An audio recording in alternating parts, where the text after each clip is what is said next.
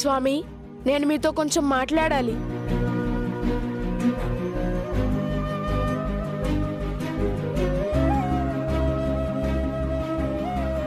చెప్పు బాబు. ఏం చెప్పాలి? ఏదో మాట్లాడాలన్నావు కదా. నేను మాట్లాడతానన్నది మీతో కాదు, ఆంజనేయ స్వామితో. చూడు బాబు, స్వామి నేరుగా ఎవరితోనూ మాట్లాడు. మనస్ఫూర్తిగా దండం పెట్టుకుని నీ బాధ కష్టం ఆయనతో చెప్పుకుంటే తీరుస్తాడు. నాకు స్వామికి ఉన్న సంబంధం మీకు తెలియదు పూజారి గారు. మీ పని మీరు చూసుకోండి, నేను ఆయనతో మాట్లాడుకుంటాను. స్వామి, మిమ్మల్నే. అవతల నాకు చాలా పనులున్నాయి. నాకు ఒక విషయంలో వివరాలు తెలియాలి. మీరు త్వరగా వస్తే తెలుసుకుని వెళ్ళిపోతాను. తప్పు బాబు, స్వామిని అలా పిలవకూడదు. ఆయన రాడు. నీ మనసులో సంకల్పం చెప్పుకో చాలు, ఆయన తీరుస్తాడు. పూజారి గారు, చెప్పాను కదా, ఆయనతో నాకున్న అనుబంధం వేరు. మొన్న నేను పిలవకుండానే మా ఇంటికి వచ్చి నాతో మాట్లాడారు. ఇప్పుడు నేను నేరుగా ఆయన దగ్గరకు వచ్చి పిలిస్తే ఎందుకు రారు? నన్ను డిస్టర్బ్ చేయకుండా మీరెళ్ళి మీ పని చూసుకోండి స్వామి.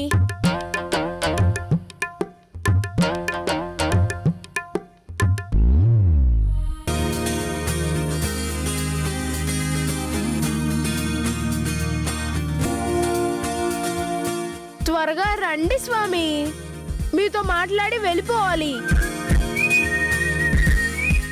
ఎంతసేపు స్వామి, టైం అవుతుంది, త్వరగా రండి. నువ్వు పిలవగానే వచ్చేస్తానా? మొన్నంటే ఏదో నీ చెల్లెల కోసమని కనిపించాను.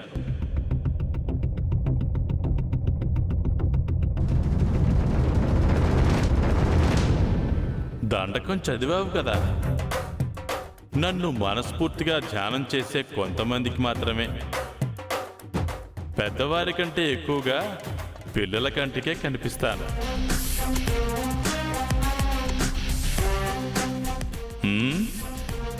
శ్రీ ఆంజనేయం ప్రసన్నాంజనేయం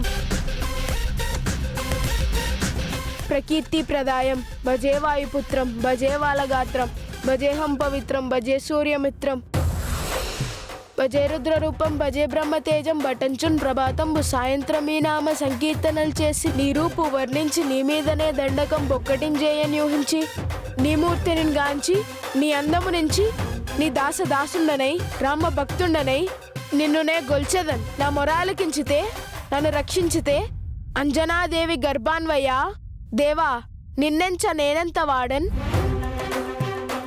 నీ రూపు వర్ణించి నీ మీదనే దండకం బొగ్గటించేయని ఊహించి నీ మూర్తిని గాంచి నీ అందమును మెంచి దాసుండనై రామ భక్తుండనై.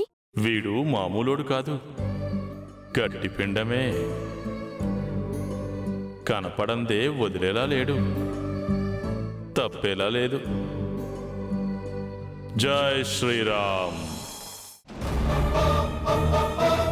నీ భర్త నీకు దూరమైనా అదే రూపంలో నీ కొడుకు నీకు దగ్గరున్నాడని మర్చిపోకు.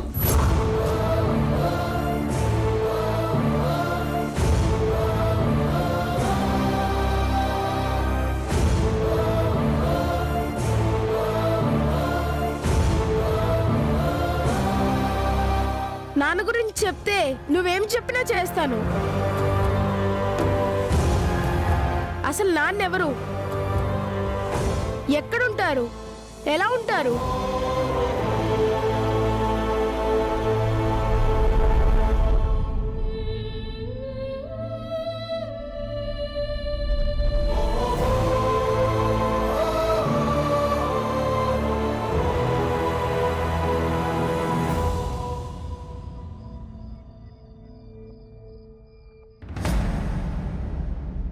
అమ్మా,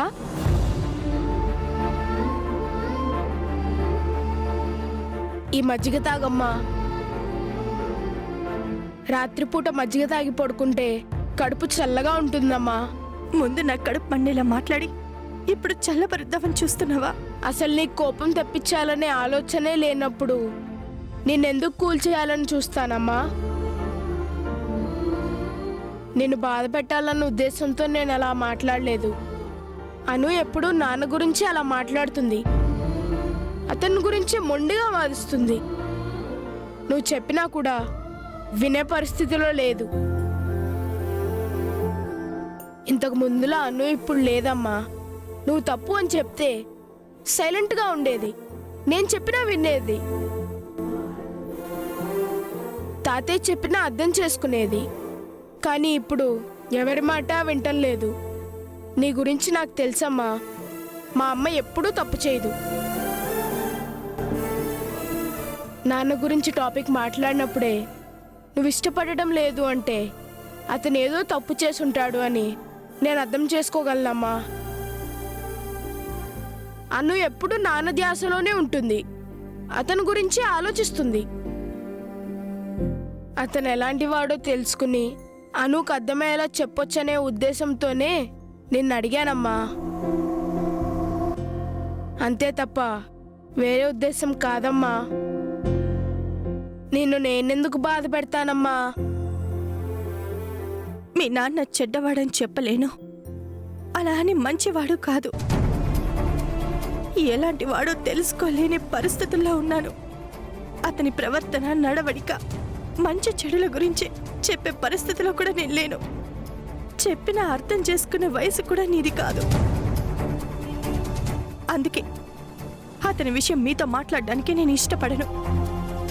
అతను ఒక్కసారి మిమ్మల్ని కలిస్తే మాయ చేస్తాడు.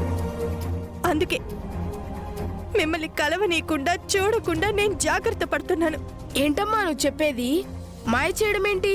అవునరా, ఈ ప్రపంచమంతా ఎవరు అని అడిగితే నాన్న తప్ప మరో లోకం లేదని మీ నోటితోనే చెప్పించేలా మాయ చేస్తాడు. చేయడానికి ఆయన మంత్రాలు నేర్చుకున్నాడా? మ్యాజిక్లు నేర్చుకున్నాడా? అలాంటిది ఏమైనా ఉంటే చెప్పమ్మా. నేను కూడా నేర్చుకుని అతన్ని మాయ చేస్తాను. చెప్పాను కదరా, ఇప్పుడు చెప్తే అర్థం చేసుకునే వయసు మీది కాదని. అతని గురించి వదిలే. నేను అదే చెప్తున్నానమ్మా.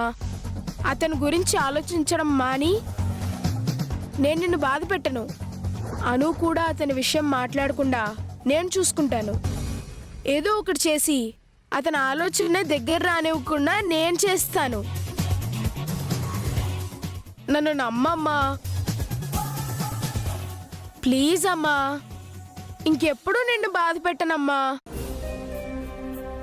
నువ్వు కూడా ఎప్పుడు బాధపడొద్దమ్మా. అలాగే లేరా. అయితే మజ్జిగ తాగమ్మా.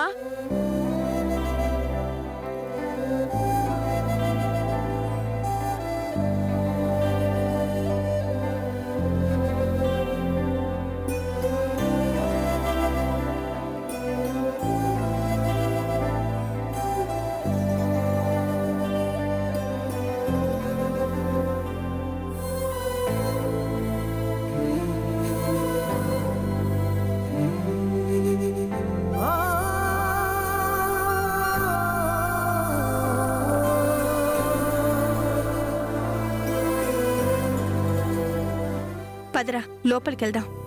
నువ్వు వెళ్ళమ్మా, నేను వస్తాను.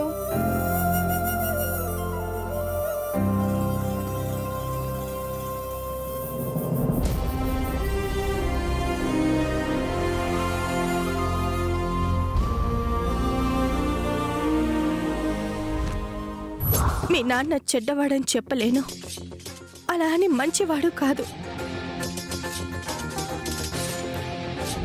ఈ ప్రపంచమంతా ఎవరు అని అడిగితే నాన్న తప్ప మరో లోకం లేదని మీ నోటితోనే చెప్పించేలా మాయ చేస్తాడు. మీ అందరికీ ఎండి గారు ఎలా ఉంటారో చూపించాలనుకుంటున్నాను. ఎండి గారిని చూడడానికి ఏం ప్లాన్ వేసావు? నాకు కూడా ఎండి గారిని ఎప్పుడెప్పుడు చూడాలా అని ఉంది. ఈసారైనా నీ ప్లాన్ సక్సెస్ అయితే ఎండి గారిని చూసే అదృష్టం దక్కుతుంది.